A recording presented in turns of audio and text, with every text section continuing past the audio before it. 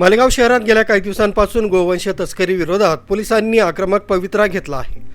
या मोहिमेअंतर्गत पोलिसांनी थेट माजी महापौर अब्दुल मलिक युनुस इसा यांच्या मालमत्तांवर छापे टाकून मोठी कारवाई केली आहे। या कारवाईत सुमारे 2.5 लाख रुपये किमतीचे गोवंश जप्त करण्यात आले। या प्रकरणाचं संशयित म्हणून खुद्द माजी महापौरांचं नाव समोर आल्यानं मालेगावच्या राजकीय वर्तुळात मोठी खळबळ उडाली आहे। पोलिसांनी मिळालेल्या गुप्त माहितीच्या आधारे शहरात 2 वेगवेगळ्या ठिकाणी हे धाड सत्र राबवलंय। संवतगाव फाटा परिसरातील अब्दुल मलिक यांच्या फार्म हाऊसवर पवारवाडी पोलिसांनी धाड टाकली। या ठिकाणी 3 गोवंश जनावरे अत्यंत निर्दयीपणे बांधून ठेवलेली आढळली। पोलिसांनी ही सर्व जनावरे जप्त केली आहेत। दुसऱ्या एका कारवाईत किल्ला पोलिसांनी इस्लामाबाद भागातील अब्दुल मलिक यांच्या घराशेजारील गोदामावर छापा टाकला। या ठिकाणी देखील 5 गोवंश जनावरे आढळून आली आहेत। ही सर्व जनावरे निर्दयीपणे बांधून ठेवण्यात आल्याचं पोलिसांना आढळून आलंय।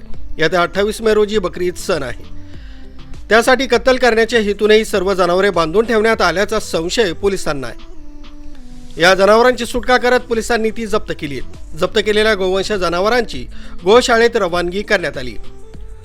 पोलीस कारवाई सुरू असताना संशयित अब्दुल मलिक यांनी पोलिसांच्या कामात अडथळा आणण्याचा प्रयत्न केल्याचा आरोप आहे। अब्दुल मलिक यांनी पोलिसांना धमकावत काही जनावरे घटनास्थळावरून पळून लावण्याचा देखील प्रयत्न केल्याची पोलिसांची तक्रार आहे। अब्दुल मलिक हे MIM पक्षाचे महापालिकेतील गटनेते असून आमदार मौलाना मुफ्ती मोहम्मद इस्माईल यांचे ते अत्यंत विश्वासू सहकारी मानले जातात। अशा बड्या नेत्याचं नाव गोवंश तस्करी आणि प्राण्यांवरील क्रूरता प्रतिबंधक कायद्याअंतर्गत समोर आल्यानं शहरात चर्चेला उधाण आलंय। या प्रकरणी पवारवाडी व किल्ला पोलीस ठाण्यात वेगवेगळे 2 गुन्हे दाखल करण्यात आले।